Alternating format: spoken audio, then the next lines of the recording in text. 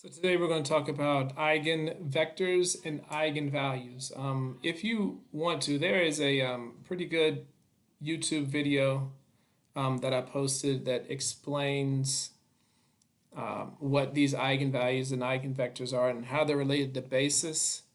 So, and they are very, very useful when doing a lot of ordering and deciding which values or which data sets are important when analyzing data.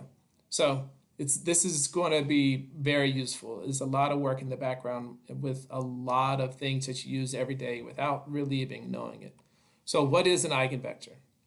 An eigenvector of an n by n matrix is a non-zero vector where you have a time that matrix times some number equals that same scalar times another x. So x is called that number is called the eigenvalue, and x is the corresponding eigenvector. So that's just the definition and what it is.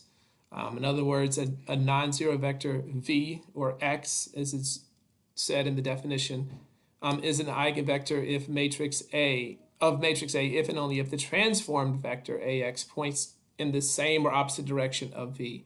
And again, a very good graphical demonstration about what that means on YouTube that I'll post. So let's look at a couple of possible eigenvectors of A. So let's look at that. And again, what we have is that we have our matrix A times my eigenvector equals some number times that same value right there. So are U and V eigenvectors of A? Well, let's see what happens when I multiply A times U. What do I get out? Well, if I multiply A times U, what I get out is 0 plus negative 2 times 1. And then we get negative 4 plus 2, which is negative 2. And so U is going to be an eigenvector, and the eigenvalue is going to be negative 2, because negative 2 times U is equal to A times U. Let's look at the other one. Let's look at vector V, and they actually showed it to you right there. And they actually tell you at the bottom right there if you're reading ahead. A times V is going to be negative 2 again, and then we have 4 plus 2, which is 6, and negative 2 and positive 6 is not a multiple of negative 1 and positive 1, so that answer is no. U is, but V is not. It's what an eigenvectors and eigenvalues are. So in general, if lambda is an eigenvalue for a matrix, then the equation A minus lambda I times x equals 0 has the non-trivial solution. So what does the non-trivial solution mean? It means that it has a free variable, right? So the set of all solutions of that equation is the null space of the matrix A minus lambda I. So this is the subspace of Rn. So we're still going to have as many values, and n is again the number of columns that we have in our matrix. So we're going to have that many variables in that one. And it's called the eigenspace that corresponds to that eigenvalue. Let's look at that a little bit more. So we have A times that vector equals lambda times that same vector right there. So how do they get to this right here? Well, if I multiply, and so this is a constant, I can pull that out whenever I want to. If I multiply by that identity matrix right there, I didn't change the value at all. I mean, just let's say that's x is a 2 by 1, so therefore I'm going to multiply that by a 2 by 2, and we still get a 2 by 1. Yeah, it's the same thing right there, 2 by 2, 2 by 1, we still get a 2 by 1 at least. So if I move all of that over, then I have a x minus lambda I x that equals 0. And since the x's, the eigenvectors are on the right, I can factor that out, and I have a minus lambda I times x equals 0. It's the same thing that we have at the very beginning, right? And then we're going to solve that one, and we're going to do reduced row echelon form. So that is the basis of 5.1, and then we're just going to look at a couple of those examples. All right, so we've talked about deciding whether or not something is an eigenvector. Now we can talk about how those eigenvalues are how they are related to eigenvectors and how you find those. So the scalar 4 is an eigenvalue of A if and only if A times x equals 4 times x, has a non-trivial solution. So if we go back and use that formula that we learned just last slide, then we have A minus I times lambda, or lambda times I, times x equals 0. So what is A times 4i in this case? So this is our lambda value. So A minus 4 lambda, so A minus 4i. So we kind of know that 4i is just going to be 4, 0, 0, 4.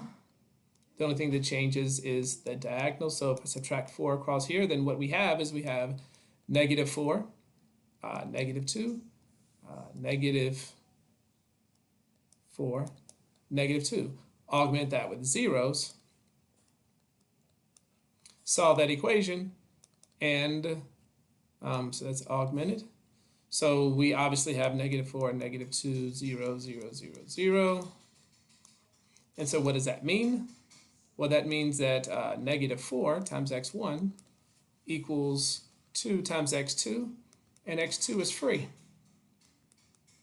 So writing that parametrically, we have x1 is equal to negative 1/2 x2. x2 is equal to x2.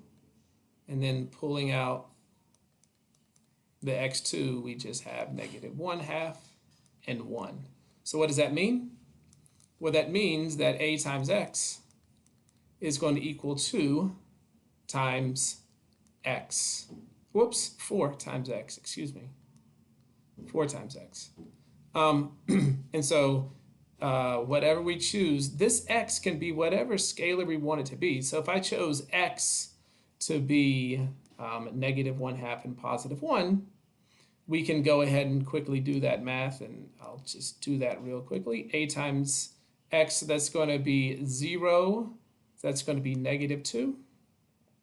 And then multiply that by negative 1/2. I can't do that math in my head, so I have to do 2 plus 2, which is 4. So we get negative 2, positive 4.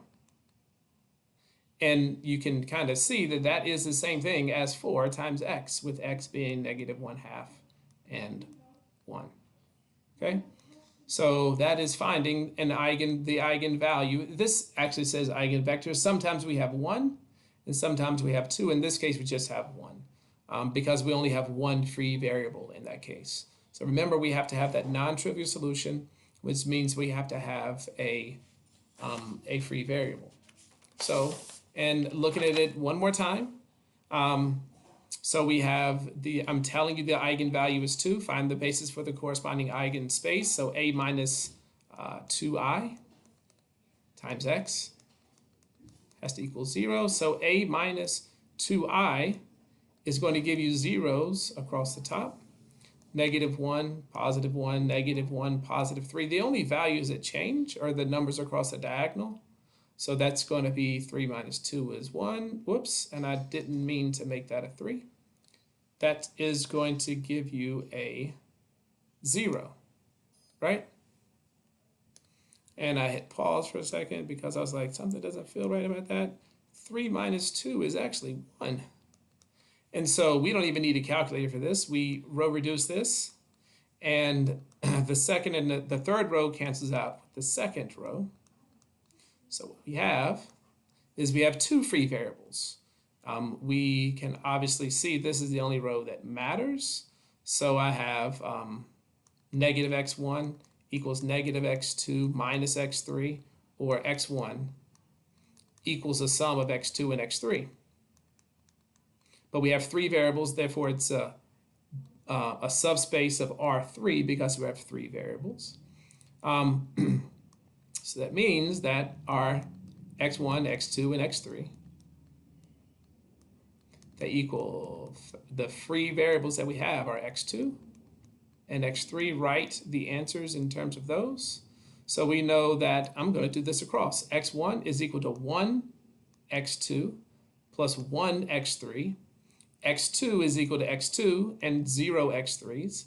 x3 is equal to just x3. So that is the basis for the corresponding eigenspace that corresponds to the eigenvalue of 2. So the basis is going to be these two vectors, 1, 1, 0 and 1, 0, 1. All right, that's kind of it. So now we get to something. In this case, I'm telling you what the eigenvalues are. We'll figure out how to find later. We'll be able to figure out what the eigenvalues and eigenvectors are, and that'll be done. It's not going to be that hard. So when lambda is equal to 0, then we have a minus lambda I. So 0 times I is not going to change the values of anything. So we just have 3, 0, negative 5, 1/5, negative 1, 0, 1, 1, negative 2. And then you can augment that with zeros if you need to on the calculator. And we let the calculator do the work. And when we do that, we get 1, 0, negative 5/3, 0. I think on the notes I didn't actually include that extra column of zeros because it really is not necessary. That the last row never changes. So we only have x3 as being our free variable because this obviously says that x1 is equal to 5/3 x3. And I'll just pull out the x3 right here since I didn't leave myself room.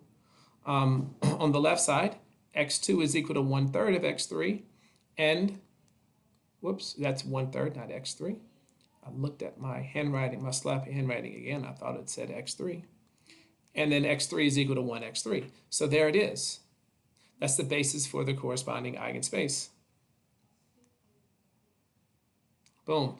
And again, what that says is that A times this green vector x is equal to 0 times that same green vector x. So it will give you out a 0 in that case. You could do the math and figure that out and check that math. So the other two that we have is going to be 100% calculator. We have an eigenvector or eigenvectors. We don't really know just at the very beginning. What do we get when we do that? Well, I just went ahead and threw that in, and I went ahead and row reduced that one. So a minus the square root of 2 times I. And this is going to be times x equals 0. And then the row reduction that I got was 1, 0, negative 3.153, 0, 1, negative 0.261. And then we have a row of zeros. And of course, you can augment that with another column of zeros if you like. And so the eigenvector that we have that corresponds to lambda equals radical 2 is going to be 3.153, positive 0.261, and 1. And then we're going to do the same thing and then do this with your calculator. Make sure that you get the same thing. You write that in there, and then the eigenvalue, if I can read my writing, that corresponds to negative square root 2, sorry, that should be a square root right there, is going to be 1.133, 0.547, and 1. And again, whenever we have that 1 right there, 99% of the time, that is going to be your free variable. In this case, the free variable is x3. So that's the eigenvalue that corresponds to the eigenvector that corresponds to the eigenvalue of negative square root 2. In this case, we have 3 eigenvalues, and we have 3 eigenvectors. There's 1, and then on the other page are eigenvectors 2 and 3. And most of the time that is going to be the case. And we can find all the eigenvectors for any invertible 3 by 3 matrix. So the eigenvalue can be 0, but the eigenvector is never 0. So suppose that lambda is an eigenvalue of A, determine an eigenvalue of A squared and A cubed. In general, what is the eigenvalue of A raised to the power of n? So if we have an eigenvalue of A, then again, what we know is that A times lambda, A times X equals lambda times X. So what would be the eigenvalue of A squared? If I have A squared, this is for A, right? A squared, we're going to multiply that by A on both sides. And when we do that, oops, there we go. There's the A showing up. So on the left side, we have A squared times the eigenvector equals, and then since this lambda is a constant, I'm going to keep that blue, going to factor that out, times AX. But what do we know? Actually, I probably should have written this in green at the very beginning. A times X equals lambda times X. So A times X, I can replace that with that right there. And look at what we have. We have A squared times lambda equals this original lambda.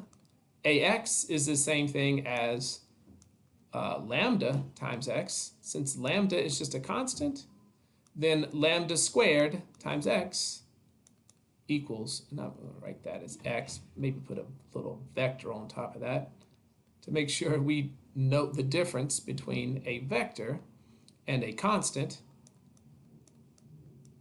And so this lambda squared is going to be the eigenvalue for A squared.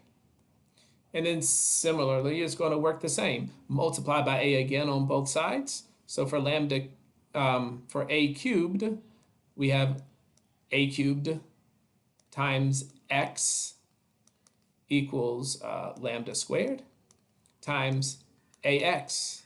And again, AX is the same thing as lambda times X. So we can replace that with a lambda. And so the eigenvalue for A cubed is going to be lambda cubed. That's a lambda. And therefore, the eigenvalue for A raised to the power of n is going to be lambda to the power of n. So we have eigenvalues of a triangular matrix are the entries along the main diagonal. Well, what is a triangular matrix? Well, a triangular matrix, let's just use a random 3 by 3 matrix, is going to be A1, 1, A2, 2, second row, second column, A3, 3, and we're going to have numbers right here, A first row, second column, A first row, third column, A second row, third column. And since it's triangular, it doesn't matter if they were upper or lower, then all the other values are going to be 0. So what we want is we want to find the eigenvalues. So in order to find the eigenvalues, we're going to take this triangular matrix and subtract the eigenvalues across from the diagonal. So that's going to be, and so when we do A minus lambda I, those are going to be the values along the main diagonal. And so to find the eigenvalues, then we are going to augment that stuff with 0. And only the non-trivial solution has to exist. So therefore, kind of solving this equation, we have that A3, 3 minus lambda equals 0. So what's the value of lambda? Well, lambda has to be the value of the third equation in the third row, third column. And then similarly, the lambda has to be A22, and the lambda value has to be A11. So if we have a triangular matrix, then our math becomes a whole lot easier. All the other ones that we looked at, they were not triangular, so it took us a little bit of work to find all the eigenvalues, or they were given to you from the beginning, and they weren't the values across the diagonal. But if they are, then it's going to be easier to find those eigenvalues. So if we have vectors that are eigenvectors that correspond to each one of those of an n by n matrix, then those vectors are going to be linearly independent. So the one that I have off the top of my head is we had 1, 1, 0 and 1, 0, 1. I think that was it. So we've seen already that those by inspection are linearly independent. So all those eigenvectors that you get, even though they correspond to different values, they're also going to form a linearly independent set. And those are just the first two that I remember off the top of my head that we've already looked at. And that's it for 5.1. Good luck as you're doing your homework and studying for the upcoming quizzes.